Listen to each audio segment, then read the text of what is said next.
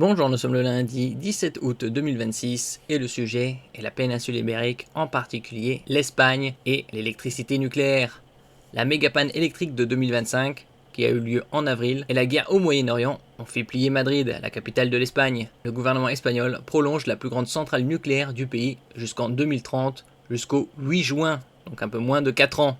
La durée d'exploitation de la centrale nucléaire d'Almaraz, qui représente 7% de la production d'électricité en Espagne, a été prolongée jusqu'au 8 juin 2030 par le gouvernement espagnol. 7%, c'est très important. L'Espagne a beaucoup misé sur les renouvelables, photovoltaïques, éoliennes et également les centrales à gaz pour compenser l'intermittence des énergies renouvelables. N'oubliez pas de vous abonner pour plus de news nationales, européennes et internationales sur ce monde dans lequel nous vivons.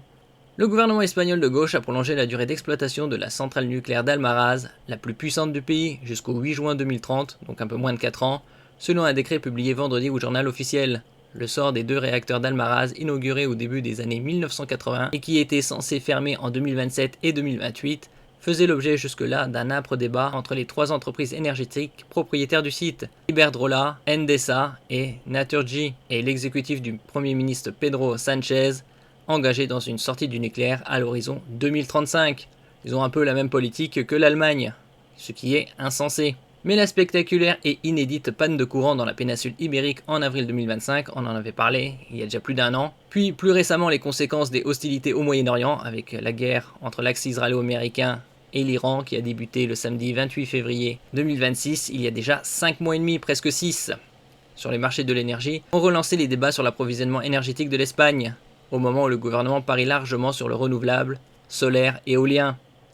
Le collectif citoyen Si à Almaraz, Si al Futuro, Oui à Almaraz, Oui au futur, formé début 2025 pour défendre la prolongation de vie de la centrale dans une zone touchée par le déclin démographique, s'est immédiatement réjoui dans un communiqué d'une excellente nouvelle.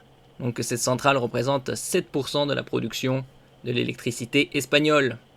8 centrales dans les années 1980. La fermeture d'Almaraz avait été actée en 2019 pour 2028, mais depuis l'importante panne d'électricité qui avait touché l'Espagne en avril 2025, les professionnels du secteur faisaient pression pour retarder cette échéance, évoquant un risque pour l'approvisionnement électrique du pays. Au plus fort de l'engouement pour l'atome, dans les années 1980, l'Espagne disposait de 8 centrales, qui fournissaient 38% de son électricité. Chez nous, c'est aux alentours de 70%. Aujourd'hui, elle n'en a plus que 5, comptant 7 réacteurs et représentant 19%, donc la moitié, de son mix énergétique en 2025 selon les chiffres officiels. Quant aux énergies renouvelables, elles ont assuré l'an passé près de 60% de la production d'électricité. Le gouvernement s'est fixé pour objectif de porter cette part à 81% en 2030. Merci pour votre écoute et à la prochaine.